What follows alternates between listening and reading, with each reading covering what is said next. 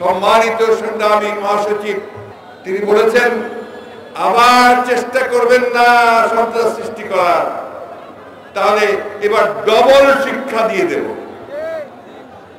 বন্ধুগণ, বিএনপি কখনোই সন্ত্রাস করে নাই। বিএনপি সন্ত্রাসের ইতিহাস নেই। সন্ত্রাসের ইতিহাস আপনাদের। আমি বহুবার বলেছি সন্ত্রাসের মধ্য দিয়ে আপনাদের জন্ম।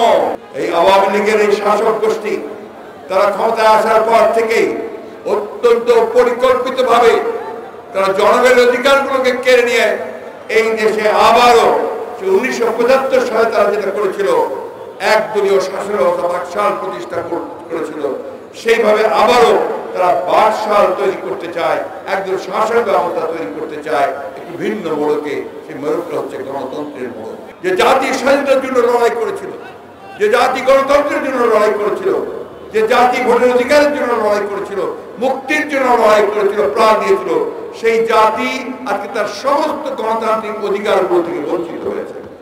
দেশনেত্রী বেগম খালেদা জিয়া শুধুমাত্র বাংলাদেশের একজন নির্যাতিত মুসলিম নেত্রী নন, তিনি সারা বিশ্বের গণতান্ত্রিক আন্দোলনের জন্য যারা তাদের ত্যাগ স্বীকার করেছেন, যারা আত্মত্যাগ করেছেন, যারা জনগণকে এই বাবা এই থামো থামো, এখন স্লোগান দিয়ে লাভ নাই, প্লিজ এই ছেলে বন্ধ করো, প্লিজ বন্ধ করো, একটু কথা বলতে দাও বাবা, 2 মিনিট প্লিজ।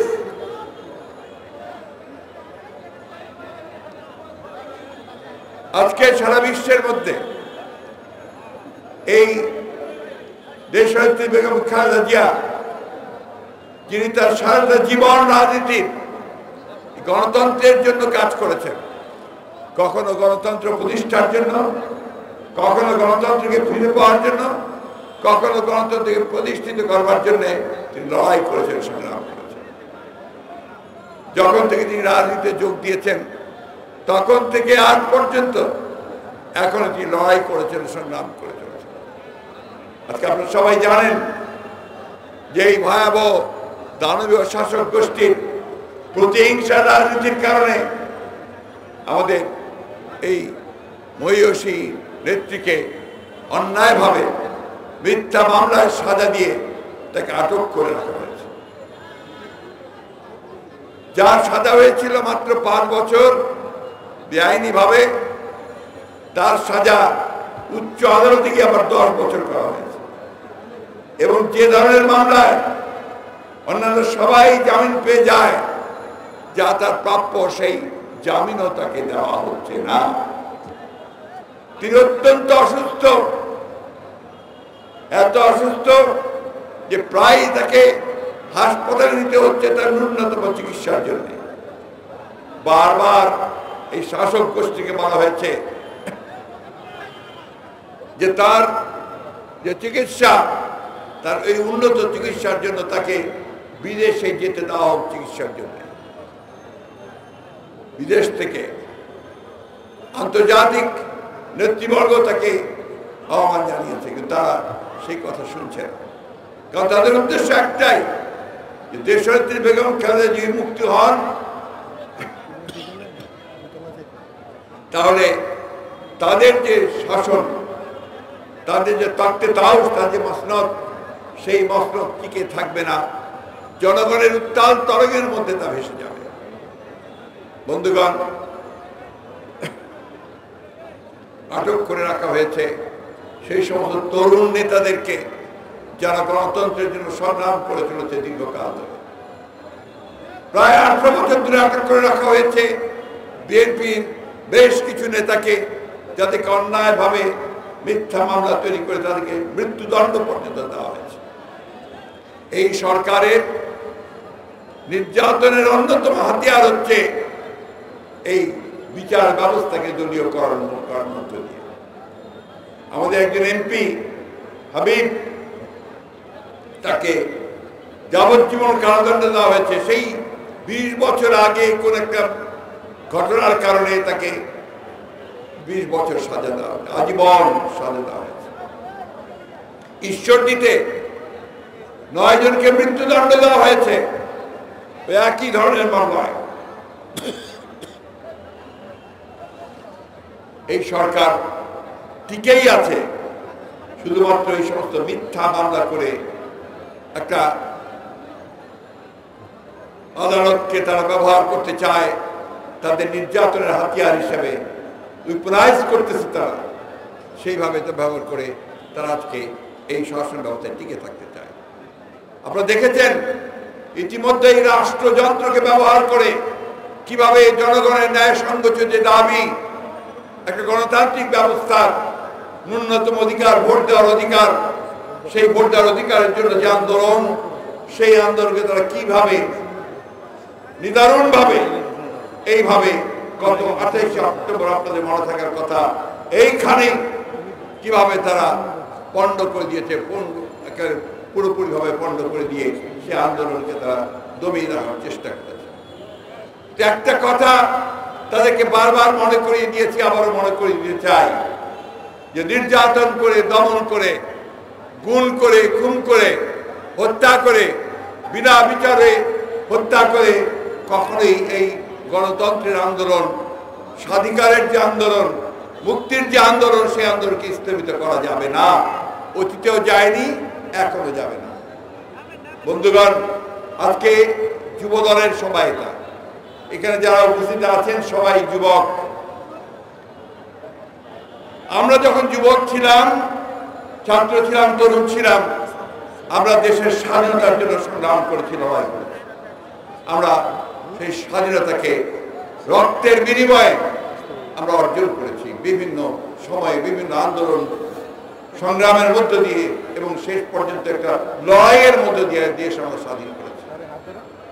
আজকে বাংলাদেশ স্বাধীন হয়েছে, প্রায় 53 বছর হয়েছে, কিন্তু এর চেয়ে মর্মান্তিক আর কিছু হতে পারে না। এখন পর্যন্ত এই দেশের মানুষ স্বাধীন হতে পারেনি।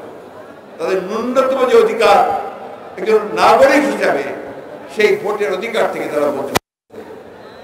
2008 সাল থেকে এই দেশের মানুষ আর নিরপেক্ষভাবে ভোট প্রদান করতে পারে না। নিরপেক্ষভাবে তারা তাদের যে প্রতিনিধি, সেই প্রতিনিধি নির্বাচন করতে পারে, তাদের সরকার নির্বাচন করতে পারে না। এই আওয়ামী লীগের এই শাসক গোষ্ঠী তারা ক্ষমতায় আসার পর থেকেই অত্যন্ত পরিকল্পিতভাবে তারা জনগণের অধিকারগুলোকে কেড়ে নিয়ে এই দেশে আবারও 1975 সালে তারা যেটা করেছিল, একদলীয় শাসন ব্যবস্থা, বাকশাল প্রতিষ্ঠা করেছিল, সেইভাবে আবারও তারা বাকশাল তৈরি করতে চায়, একদলীয় শাসন ব্যবস্থা তৈরি করতে চায়, একটু ভিন্ন মোড়কে। সেই মোড়কটা হচ্ছে গণতন্ত্রের মোড়ক। আমাদের আওয়ামী লীগের নেতারা অনেক কথা বলেন, এখন তো মুখে তুবড়ি ফোটে, তুবড়ি ফোটার মধ্য দিয়ে তারা গতকালই তাদের সম্মানিত সংগ্রামী মহাসচিব তিনি বলেছেন, আবার চেষ্টা করবেন না সন্ত্রাস সৃষ্টি করার, তাহলে এবার ডবল শিক্ষা দিয়ে দেব। বন্ধুগণ, বিএনপি কখনোই সন্ত্রাস করে নাই। বিএনপি সন্ত্রাসের ইতিহাস নেই। সন্ত্রাসের ইতিহাস আপনাদের। আমি বহুবার বলেছি, সন্ত্রাসের মধ্য দিয়ে আপনাদের জন্ম। আপনারা যখন আওয়ামী লীগের মৌলানা ভাসানী সভাপতি ছিলেন, সেই মৌলানা ভাসানীকে আপনারা বিতাড়িত করে, মেরে তাড়িয়ে দিয়ে তাকে রূপগঞ্জ সিনেমা হল থেকে বের করে দিয়েছিলেন। তারপরেই মৌলানা ভাসানী বাইরে বেরিয়ে গিয়ে মাহবুব ইনস্টিটিউটে সেদিন ন্যাপ তৈরি করেছিলেন। সেই ইতিহাস আমরা ভুলে যাইনি। আমরা ভুলে যাইনি যে পুরো এখানে যে পার্লামেন্ট ছিল, অ্যাসেম্বলি ছিল, প্রাদেশিক পরিষদ ছিল, সেই পরিষদের প্রাদেশিক পরিষদ ডেপুটি স্পিকারকে আপনারাই পিটিয়ে হত্যা করেছিলেন। আমরা ভুলে যাইনি সে কথা। আমরা ভুলে যাইনি এই সন্ত্রাসের মধ্য দিয়ে আপনারা এই দেশের জনগণের সমস্ত ন্যায় সঙ্গত দাবিগুলোর যে আন্দোলন, সে আন্দোলনকে দমিয়ে দিচ্ছেন গত 18 বছর ধরে বন্ধুগণ। আজকে দুর্ভাগ্য এই জাতির, যে জাতি স্বাধীনতার জন্য লড়াই করেছিল, যে জাতি গণতন্ত্রের জন্য লড়াই করেছিল, যে জাতি ভোটের অধিকারের জন্য লড়াই করেছিল, মুক্তির জন্য লড়াই করেছিল, প্রাণ দিয়েছিল, সেই জাতি আজকে তার সমস্ত গণতান্ত্রিক অধিকারগুলো থেকে বঞ্চিত হয়েছে। গণতান্ত্রিক অধিকার নয় বন্ধুগণ, আজকে মানুষ তার অর্থনৈতিক অধিকার থেকে বঞ্চিত হচ্ছে। এখানে তারা খুব বড়াই করে যে তারা উন্নয়নের লহরী বইয়ে দিচ্ছে, অনেক ফ্লাইওভার হচ্ছে, রাস্তা হচ্ছে, কাঠ হচ্ছে। সাধারণ মানুষের কি অবস্থা? সাধারণ মানুষের বাজারে গেলে তারা কিছু কিনতে পারে না, চাল কিনতে পারে না, ডাল কিনতে পারে না, পেঁয়াজ কিনতে পারে না, রসুন কিনতে পারে না। আর প্রতিদিন প্রায় প্রতিদিনই বলা যায় যে প্রত্যেকটা জিনিসের দাম বৃদ্ধি পাচ্ছে। বিদ্যুতের দাম বাড়ছে, গ্যাসের দাম বাড়ছে, এবং রেলের ভাড়া বাড়ছে, বাসের ভাড়া বাড়ছে।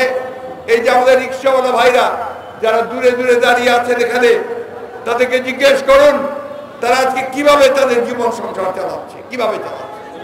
পারে না, একবেলা খায়, দুবেলা খেতে পায় না।